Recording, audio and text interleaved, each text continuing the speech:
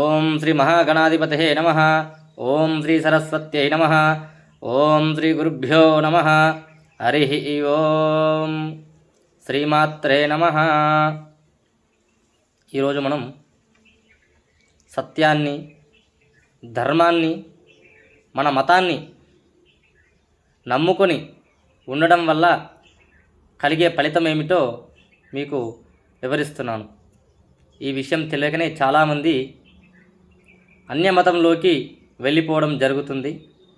అక్కడికి వెళ్ళి కూడా అక్కడ ప్రశాంతంగా ఉంటున్నారంటే అక్కడ కూడా ప్రశాంతంగా ఉండడం లేదు. అక్కడ కూడా యథావిధిగానే వాళ్ళ ప్రాబ్లమ్స్ అన్నీ అదే విధంగానే ఉంటున్నాయి. ఇక్కడ ఉంటేనే ప్రాబ్లమ్స్ ఉంటున్నాయని చెప్పేసి అన్యమతస్థులు ప్రచారం చేయడం వల్ల వారిచ్చే డబ్బుకు దాసోహమయ్యి అన్యమతంలోకి మార్పిడి జరుగుతున్నారు. కానీ ఈ మతంలోనే ఉంటూ ఈ మతం యొక్క గొప్పతనం ఏమిటి, మన ధర్మం యొక్క గొప్పతనం ఏంటిది, మనం సత్యంగా ధర్మంగా ఉంటే కలిగే ఫలితాలు ఏమిటో వారికి తెలియక ఆ విధంగా మత ప్రచారం వారి చేత కాబడుతున్నారు. కాబట్టి మనమందరం కూడా వారికి తెలియపాల్సిన బాధ్యత మనందరిదే. వారు కూడా మన హిందూ ధర్మ కుటుంబ సభ్యులే. కాబట్టి అన్య మత ప్రచారం జరగకుండా మనమందరం ముందుకు వెళ్దాం. మతం మారిన వారిని కూడా మన మతంలోకి తీసుకొని వచ్చేలా ప్రయత్నం చేద్దాం. పూర్వము ఒక రాజ్యంలో ఒక రాజు ఉండేవాడు. ఆ రాజు ఆ దేశ ప్రజలందరినీ కన్న బిడ్డల వలె చక్కగా పరిపాలన చేస్తూ ఉండేవాడు. అతని రాజ్యంలో పరిశ్రమలు కానీ, పాడి పంటలు కానీ అందరికీ అన్ని విధాల సస్యశ్యామలంగా కొనసాగుతున్నాయి. అంటే దానికి కారణం అతడు రాజ్యాన్ని ధర్మబద్ధంగా, సత్యవంతంగా, ఎవరికి ఎటువంటి ఇబ్బంది లేకుండా పరిపాలిస్తున్నాడు. అతడు సత్యాన్ని, ధర్మాన్నే పట్టుకొని నిలబడి ఉన్నాడు. ఒకరోజు రాత్రి బయట ఏ విధంగా ఉంది అని చెప్పేసి రాజ్యంలో సంచరిస్తూ ఉన్నాడు.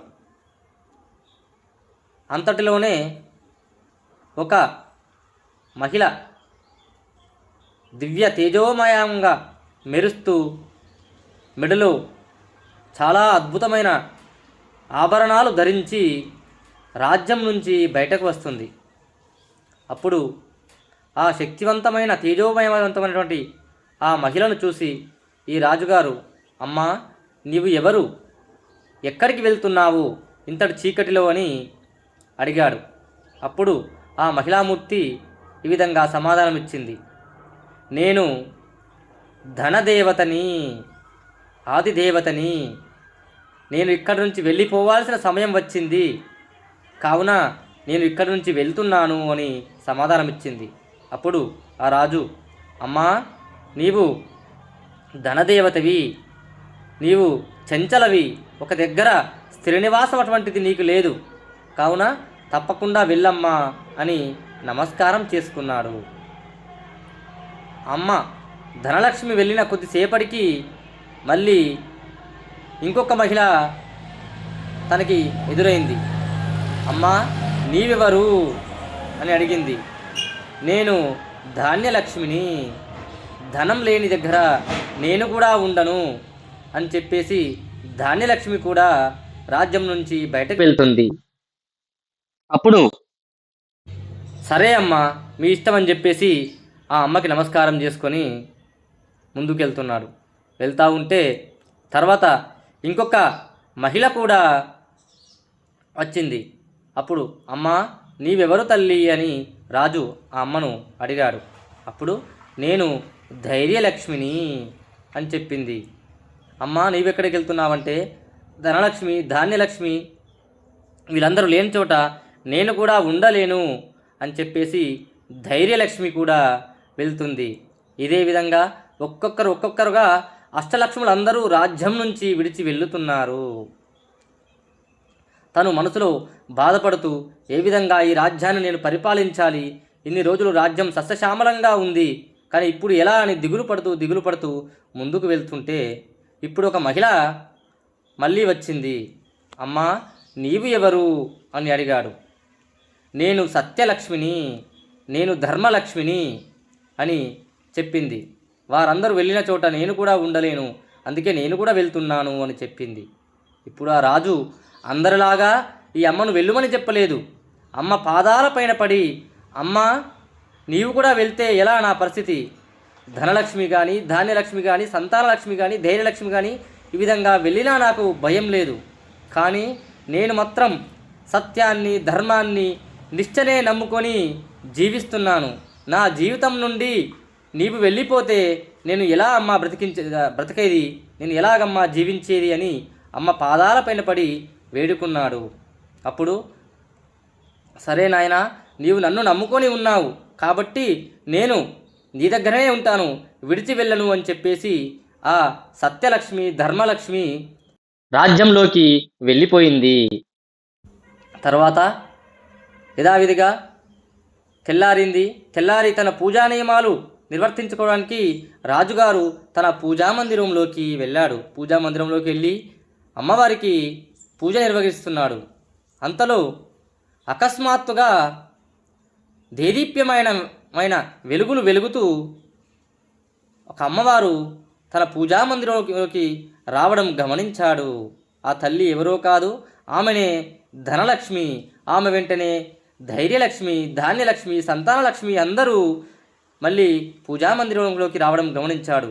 అప్పుడు రాజుగారు లేచి నిలబడి మాతలకు నమస్కారం చేసుకొని, అమ్మా నేను మిమ్మల్ని అందరినీ స్వాగతించలేను కదా అమ్మా, మళ్ళీ ఎందుకు తిరిగి వచ్చారు అని అడిగాడు. అప్పుడు ధనలక్ష్మి ఈ విధంగా సమాధానం చెప్పింది. నీవు సత్యాన్ని, ధర్మాన్ని పట్టుకొని నిలబడ్డావు కాబట్టి ఎక్కడైతే సత్యం ఉంటుందో, ఎక్కడైతే ధర్మం ఉంటుందో అక్కడే మేమందరం ఉంటాము. సత్యము, ధర్మము లేని దగ్గర మిగిలిన లక్ష్ములు కూడా ఉండము. అందుకనే తిరిగి నీ రాజ్యానికి వచ్చాము అని చెప్పేసి అమ్మవారు ఆ విగ్రహంలో ఐక్యమైపోయారు. ఇదే విధంగా ఎక్కడైతే సత్యము, ధర్మము, నియమము, నిష్ఠ ఉంటుందో, ధర్మ మార్గంలో పోతామో, ఒకరికి హాని చేయకుండా అందరూ బాగుండాలి, మానవ సేవయే మాధవ సేవ అని మనం ముందుకెళ్తామో తప్పకుండా అందరికీ అమ్మవారి ఆశీస్సులు తప్పకుండా ఉంటాయి. మనము అయ్యో నాకు ఇప్పుడు డబ్బు లేదు, అయ్యో నేను ఎన్ని అనుభవిస్తున్నానే అని మనం బాధపడుతూ ఉంటాము. కానీ అది అనేక జన్మలలో చేసుకున్నటువంటి మన కర్మ. మనం ఏమైనా మంచోళ్ళమా చెప్పండి? మంచి వాళ్ళము కాదు. అనేక జన్మలలో మనం ఎంతమందిని ఇబ్బంది పెట్టామో, మనం ఎంతమందిని ఎన్ని విధాల బాధించామో, ఎన్ని కర్మలు పెట్టామో, ఆ కర్మలన్నీ మనం ఇప్పుడు అనుభవించాలి కదా. కానీ ఇక్కడ మనం గ్రహించాల్సిన విషయం ఒకటి ఏమిటంటే, మనం ఈ జన్మలో కూడా మన యొక్క నిజాన్ని గ్రహించి, మన యొక్క ధర్మ మార్గాన్ని గ్రహించి ధర్మ మార్గంలో పోతే పెద్ద పెద్ద కర్మలు, పెద్ద పెద్ద కష్టాలు కూడా చిన్న బాధతోని తొలగిపోతాయి. అందుకే మనం ధర్మాన్ని అంటిపెట్టుకొని ఉండాలి, సత్యాన్ని అంటిపెట్టుకొని ఉండాలి, దైవ మార్గంలో ఉండాలి. మనకు తోచినందుగా 10 మందికి సహాయం చేసే గుణం ఉండాలి. ఆ విధంగా వెళ్తా ఉంటే మనం పూర్వజన్మలో చేసుకున్నటువంటి కర్మాలు తొలగిపోయి మనం మునుముందు భగవంతునికి దగ్గర అవుతాము. కాబట్టి అందరూ దయచేసి మాకు కష్టాలు వస్తున్నాయని చెప్పేసి మత మార్పిడులు చేయకండి. మన ధర్మం చాలా గొప్పది, విశిష్టమైనది. మన ధర్మంలోనే ఉండండి, మన మార్గంలోనే ఉండండి, మన మతంలోనే ఉండండి, వేరే మతంలోకి వెళ్ళకండి. హిందూ సనాతన ధర్మికి జై. అందరికీ శ్రీమాత ఆశీస్సులు ఎల్లవేళలా ఉండాలని మనస్ఫూర్తిగా కోరుకుంటున్నాను. శ్రీమాత అనుగ్రహ కటాక్ష ప్రాప్తిరస్తు.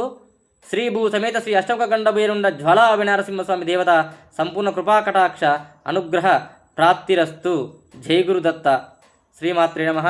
శ్రీమాతా శరణం మమ. స్వస్తి.